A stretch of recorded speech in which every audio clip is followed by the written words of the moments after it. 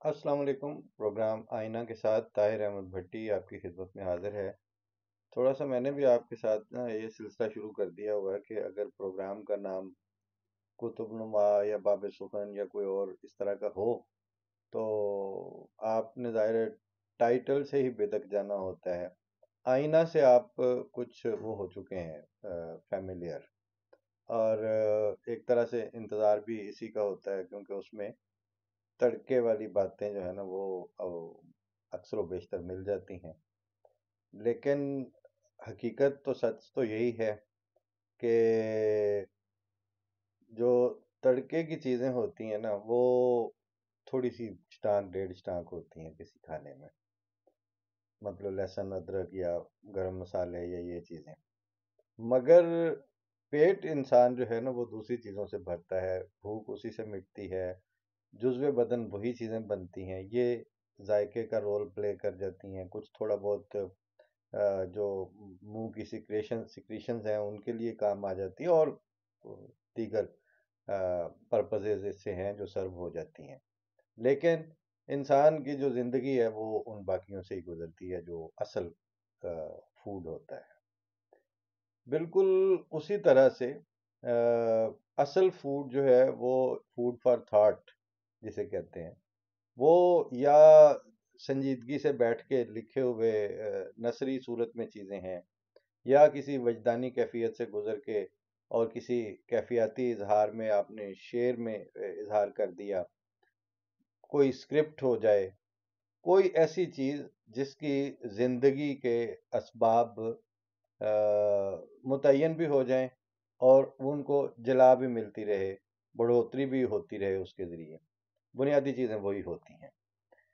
پچھلی دفعہ میں نے ایک چیز شروع کر کے آدھا وہ سنایا تھا، گفتگو کا حصہ جو عبید اللہ علیم صاحب نے وہاں جامعہ میں کی تھی، اور وہاں تک تو خیال اعلیٰ کو پسند کرنا اور اگلے زمانوں میں اپنے خیال کے پسند یا پہچان لیے جانے پہ امید رکھنے کا آپس میں جو تطابق تھا اس پہ بات ہوئی تھی۔ اس کے بعد انہوں نے خیال کے بعد جذبے کے اظہار کے علاوہ زبان اور لسانیات کے اوپر بھی ایک ٹیکنیکل بات کی تھی،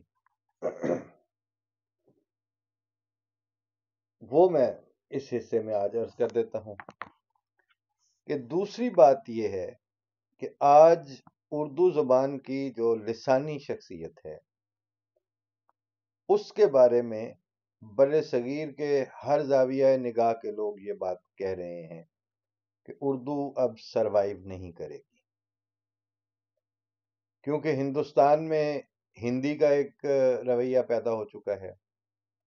دیوناگری کا ایک رویہ پیدا ہو گیا ہے، پاکستان کے صوبوں کی حیثیت سے اردو زبان کے جو ایک بلینڈ ہونے کی صورت ہے وہ بھی کچھ عجیب و غریب صورت اختیار کر گئی ہے، کچھ تعصبات کی شکل بھی بن رہی ہے، اردو کو محض ایک مذہبی زبان قرار دے دیا گیا ہے، اس سے بھی بہت سے تعصبات جنم لیتے ہیں۔ لیکن میں جب ان سے یہ عرض کرتا ہوں کہ کسی بھی زبان میں، دوسری کسی زبان میں وہ علم الکلام موجود نہیں ہے جو اردو کی شخصیت میں کسی اللہ تعالیٰ کے بندے اور اللہ تعالیٰ کی رحمت سے اس میں داخل ہو گیا ہے، تو وہ زبان مفقود کیسے ہو سکتی ہے کائنات سے؟ یہ سوال ہے ان کا باقاعدہ، کہ ایک ایسا علم الکلام صادر اور ظاہر ہو چکا ہے اس زبان میں خدا تعالیٰ کی رحمت سے، تو اب وہ زبان مفقود کیسے ہو سکتی ہے؟ وہ تو اپنے امکانات ظاہر کرتی چلی جائے گی۔ اس کا مطلب ہے کہ ایک نئی کائنات پیدا ہونی ہے اس زبان کے لیے۔ اب دیکھ لیں کہ یہ کس میں حوصلہ ہے کہ اتنے بڑے پیراڈائم میں اور اتنے بڑے کینوس پر اس تحدی اور اس یقین کے ساتھ بات کر سکے۔ یہ جملہ جو ہے علیم صاحب کا کہ اس کا مطلب ہے کہ ایک نئی کائنات پیدا ہونی ہے اس زبان کے لیے۔ یہ جو بانی جماعت احمدیہ کے علم الکلام سے تعلق رکھتے ہیں، پڑھنے والے ہیں، جن کی سماعتیں آشنا ہیں ان سے، وہ جانتے ہیں کہ وہ نئی زمین اور نیا آسمان پیدا ہونے کی بات فرماتے ہیں۔ تو وہ یہ وہاں سے فیض یافتہ ہے یہ جملہ۔ اس کا مطلب ہے کہ ایک نئی کائنات پیدا ہونی ہے اس زبان کے لیے، اور اتنی وسعتیں ہیں اس کے اندر، اگر وہ یہ طرز کلام پڑھیں تو محض اگر آپ پیچھے چلے جائیں جہاں سے اردو نے جنم لیا ہے، تو آپ کو اس میں یہ ظرف ہی نہیں محسوس ہوگا کہ اس درجے کی بات کہی جا سکتی ہے اردو زبان میں۔ یہ مفاہیم ادا کیے جا سکتے ہیں اس زبان میں۔ تو جس زبان نے اپنے اعلیٰ ترین مفاہیم ادا کر دیے ہوں، اس کی موت کے امکانات نہیں رہتے۔ پھر ممکن نہیں ہے کہ وہ زبان مر جائے جو اعلیٰ ترین سطح پر اپنے خیال کا اظہار کر جائے۔ عربی کی زندگی اسی بات میں ہے کہ عربی کی ایک سطح وہ تھی کہ جب عربی کے شعراء لکھ رہے تھے تو کمال کر رہے تھے۔ مادی استعارے میں انہوں نے آسمان کو چھو لیا تھا۔ یعنی سبع معلقہ کے جو شعراء تھے یا دیگر شعراء، یا عربی میں جو مادی زمینی استعارہ تھا، وہ ترقی کرتے کرتے ان کے اندر اس حد تک وہ فصاحت اور بلاغت میں پہنچ گئے تھے کہ مادی استعارے میں انہوں نے آسمان کو چھو لیا تھا۔ اس میں امکان ہی نہیں تھا کہ بغیر الہام کے اب آگے گفتگو ہو سکے۔ یہ ہے جملہ جس پہ جا کے لوگ پھر سر پکڑ کے بیٹھتے ہیں کہ اچھا یہ کیا بات ہوگی۔ اس میں امکان ہی نہیں تھا کہ بغیر الہام کے اب آگے گفتگو ہو سکے۔ اردو زبان کا بھی یہی واقعہ ہوا کہ جب اردو زبان نے اپنے محاورے کو، روزمرہ کو، ضرب الامثال کو، استعارے کو زمینی سطح سے پاؤں رکھ کر آسمان کو ہاتھ لگا لیا، تو اس کے امکانات اتنے روشن نہیں تھے جب تک کہ اس کے اندر روحانی استعارہ پیدا نہ ہوا۔ اور حضرت مرزا صاحب کے دم سے وہ روحانی استعارہ پیدا ہوا، تو اردو زبان کے امکانات روشن ہو گئے کائنات کے اندر۔ دوسرے لوگ اردو کی موت کے سلسلے میں باتیں کر رہے ہیں، لیکن میں تو اردو کے موت کے سلسلے میں گفتگو نہیں کر سکتا۔ یہ تو اقوام کو سیکھنا ہے یہ زبان۔ اور آج یہاں آپ تشریف فرما ہیں، جامعہ احمدیہ میں بات کر رہے تھے، آج یہاں آپ تشریف فرما ہیں، میں ایک بات اپنے ذاتی تجربے کی بنیاد پر صاف صاف کہہ سکتا ہوں، اور وہ یہ ہے کہ بہت سی باتیں بنانے سے کوئی فائدہ نہیں۔ آپ اپنا یہ محاسبہ کریں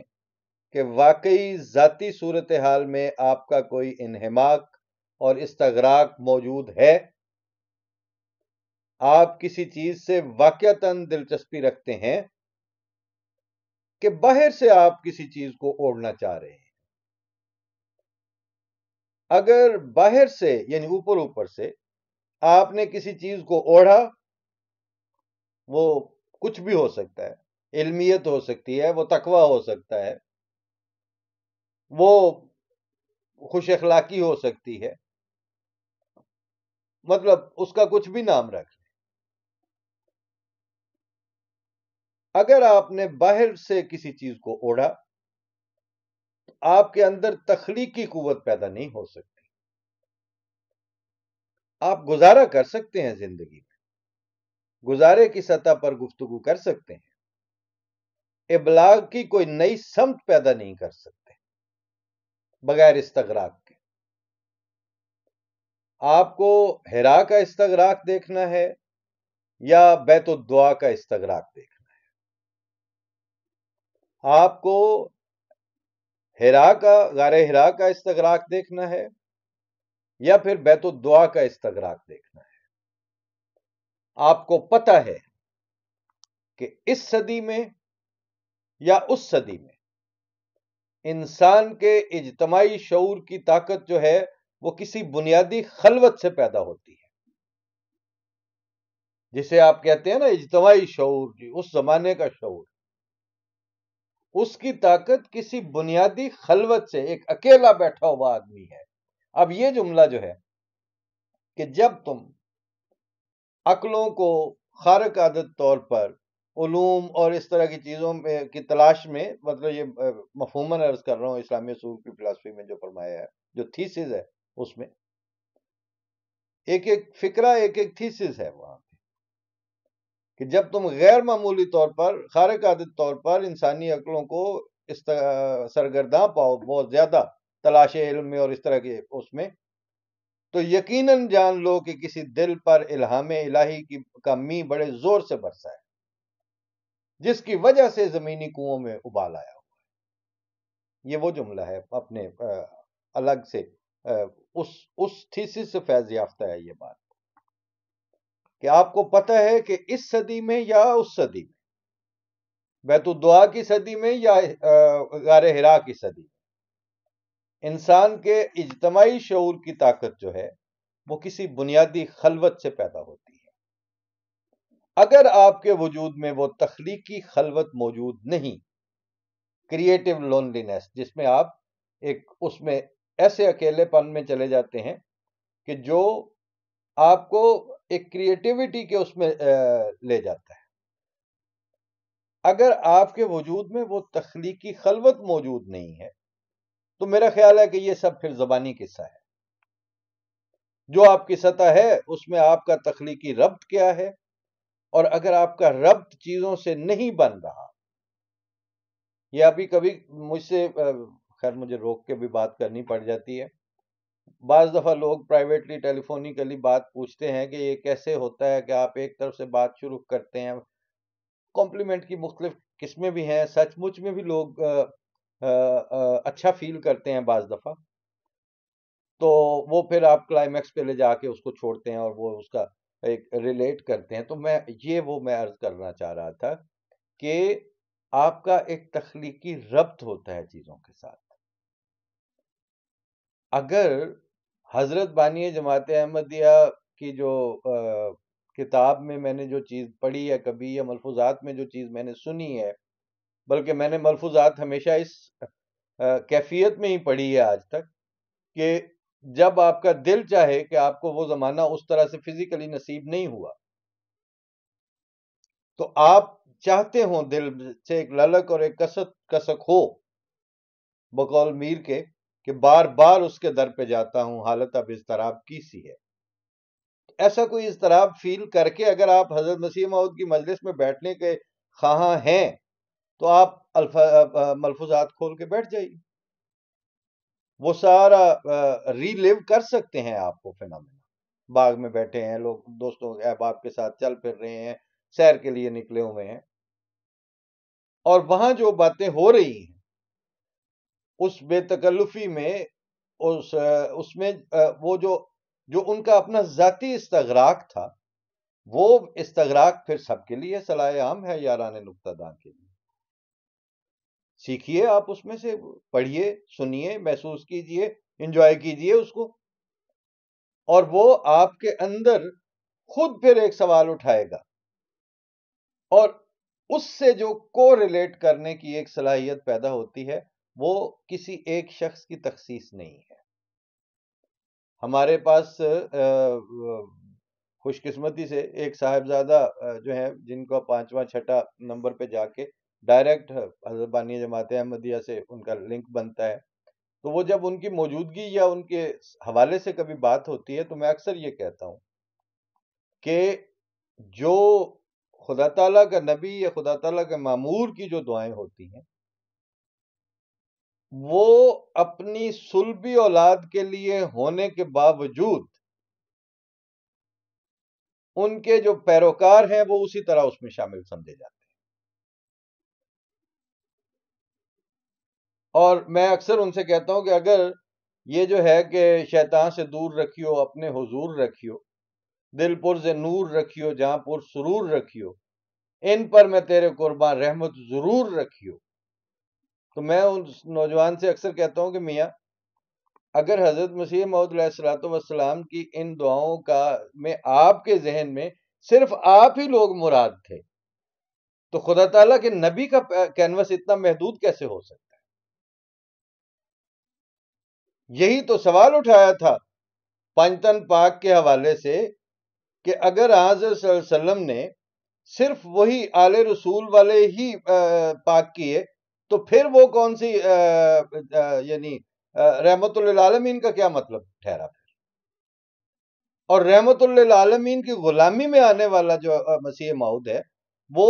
در زمین میں اگر ان اشعار کے مصداق صرف آپ ہیں اور ہم اس میں شامل نہیں ہیں پھر یہ مسیح موعود نہیں ہے. ہم شامل ہیں اس میں. اور ہاں باقی یہ ہے کہ دیتا ہے بادہ ظرف قدح خار دیکھ کر. جو آپ کے پیرو ہونے کے بعد تعلق خاطر میں حضرت مسیح موعود علیہ السلام کے ساتھ جڑ جائے گا وہ کسی بھی صدی کا ہو اور کسی بھی قوم کا ہو. لیکن جو نہیں جڑے گا وہ ان کا اپنی صلبی اولاد ہو. پچھلے دنوں ایک نوجوان نے وہ شادی کر لی تھی جو تو ادھر ادھر سے مجھے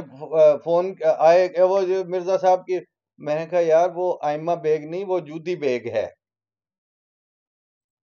وہ جودی کی پناہ حاصل کی تھی نا نوح کے بیٹے نے. اس کو یہی تھا نا کہ میں جودی پہاڑ کے اس میں چلا جاؤں گا. تو آپ نے آج تک کبھی تماشا تو نہیں لگایا کہ ہو اتھے بھی آکھو نا حضرت نوح صاحبزادے نے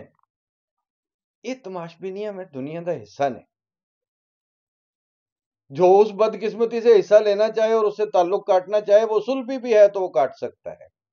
اور جو تعلق جوڑنا چاہے وہ کہیں کا بھی ہو کسی بھی صدی کا ہو کسی بھی قومیت سے ہو. آج رسول اللہ صلی اللہ علیہ وسلم کیا ہم ہندوستانیوں کے صلبی باپ ہیں؟ دراوڑی جو ہیں وہ جو صلی اللہ علیہ وآلہ وسلم کہہ کے قربان جاتے ہیں ان کا عربوں سے کیا لینا دینا قریش سے کیا لینا دینا ان کا. لیکن اللہ تعالیٰ کی شان ہے اسی طرح یہ جو خدا تعالیٰ کے فرستادے ہیں ان کے لیے اور طرح کے کائنات میں نظام جاری کیے جاتے ہیں اور وہی سند ٹھہرتے ہیں.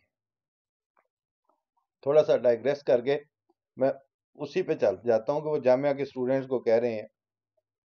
کہ اگر آپ کے وجود میں وہ تخلیقی خلوت موجود نہیں ہے تو میرا خیال ہے کہ یہ سب پھر زبانی قصہ ہے. جو آپ کی سطح ہے اس میں آپ کا تخلیقی ربط کیا ہے. اگر آپ کا ربط چیزوں سے نہیں بن رہا یعنی کو ریلیٹ نہیں کر پا رہے اپنے زمانے کے ساتھ آپ اشیاء سے نہیں بن رہا علم سے تخلیقی ربط آپ کا نہیں اور آپ کی ذات میں آپ کے باطن میں کوئی کیفیت نہیں ہے تو یہ تو پھر سب موجود ہے. پھر آپ پڑھتے رہیے سارے ادب میں مزہ ہی مزہ ہے. پھر تو کوئی سے لفظ بھی کہیں بھی جوڑ دیجئے اس کا ایک مفہوم تو نکل ہی آئے گا. لیکن اگر اس میں آپ بلاغت کی سطحیں اور اس کی گہرائی کی طرف آپ جائیں گے تو استغراق کے بغیر یہ ممکن نہیں ہے. استغراق کا انہوں نے پہلے بتا دیا کہ بیت الدعا کا استغراق ہے یا پھر آپ غار حرا کا استغراق ہے. یہ ہیں جناب چیزیں کہ سوچنے والوں کے نزدیک محسوس کرنے والوں کے نزدیک یہ ایک ہر لمحے کی موت مرنے والا فنومینا ہوتا ہے اور ہر لمحے میں ہی پھر وہ زندہ بھی کیے جاتے ہیں.